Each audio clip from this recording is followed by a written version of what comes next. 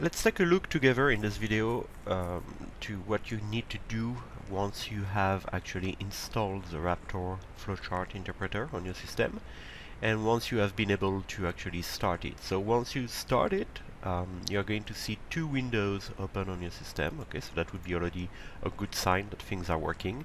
The main window here is where we are going to start programming with our first module. Okay, the second window, called the master console, is pretty much where the output of your program is going to go.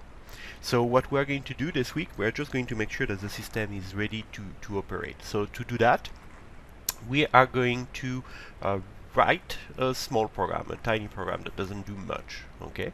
To do this, I'm going to click on the output box here, drag it between the start and end nodes of my flowchart, and this is pretty much how you are going to insert any of those six basic instruction in your programs. You're going to drag and drop them into the flowchart wherever you want them to appear. Then we're going to double click right here, and this is going to open another window which is opening outside the scope of the screencast here, but there we go, I'm dragging it back. So this is a window that allows you to pretty much explain, configure, enter what you want this output instruction to do. So we just want this output instruction to display something in the screen. Raptor seems with a typo to be working just fine. Okay. So whatever message you want to display here, just make sure you don't have typos there. There we go. Any message you want to display here is fine. Okay, I'm just using an example here. And current line here means that when it's going to display on the master console, it's going to go to the next line if I add over text to display. So for now, this is not a big worry for us. We just want to make sure that we are capable to run a very simple Raptor program. So I'm clicking on Done now to close this dialog box. It's going to tell me that I need to save now, so I'm going to say OK.